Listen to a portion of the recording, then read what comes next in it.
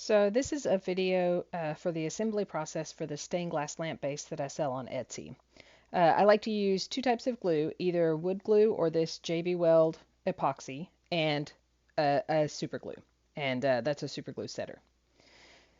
Either the wood glue or the JB Weld works great. They're permanent bonds, and the super glue is just to make it hold instantly. So first thing I do is a dry fit. I put the two pieces with the long edge on, and then I put the two pieces with the short edge on, just to make sure that everything fits. So there's the dry fit, make sure it all works. I take the two short pieces off and lay them aside. That's the pieces with the hole in it. And then I assemble the first piece.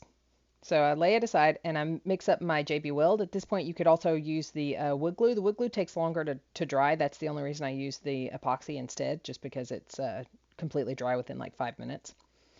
So I mix up my epoxy and put it on just a couple points, and the rest of the points I'll use the super glue because they're instant.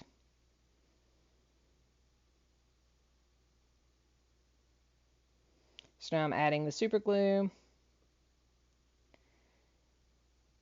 a little bit more epoxy on the last joint, and then I spray so the super glue will bond instantly,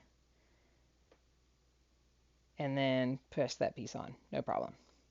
It's any CA glue will work for the super glue, and any of the CA glue spray bonding agents will work too. I'll put in a link below what I actually used. Now I apply the same thing to the second piece for the opposite side. Add the super glue and spray. Now the first two sides are assembled. Now I take the other two pieces, do a dry fit again so I make sure I've got it exactly right. Perfect.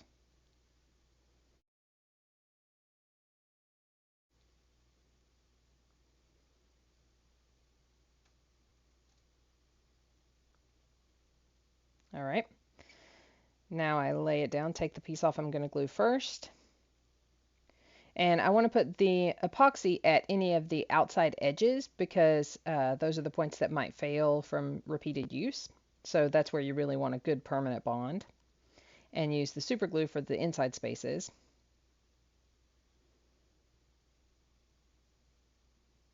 And then I spray.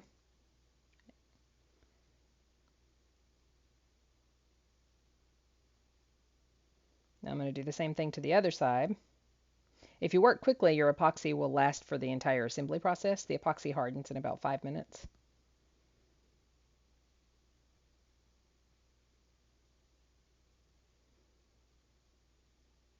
I use gloves because I don't like to get the super glue on my hands because it takes forever to come off. And that's ready to go. It's completely pieced together now. Basically, anyone can do this. If you can make stained glass, you can absolutely assemble this by yourself. Now, I'm putting a finish on it. I like to use a tried and true Danish finish because it's has low VOCs, so it's not toxic and it's sustainably produced and it's just a good finish. But lots of finishes would work. Polyurethanes, all kinds of things would be totally fine. That's my tried and true Danish oil, and I buy it in huge quantities, but you can get really small quantities, and that's completely fine. But any of these other finishes would work, either Deft or that Helmsman polyurethane, or even a satin or even a glossy enamel that's just an acrylic spray. Um, so I'm putting on a thin coat of the Danish Tried and True oil now, and I want to get it, obviously everywhere, especially on the outside edges that are kind of darkened because they will occasionally have a tiny bit of like char left on them from the laser cutter. So I make sure to run the brush over the edges as well as the piece of wood. And as you can see, it totally changes color once you start to add your finish.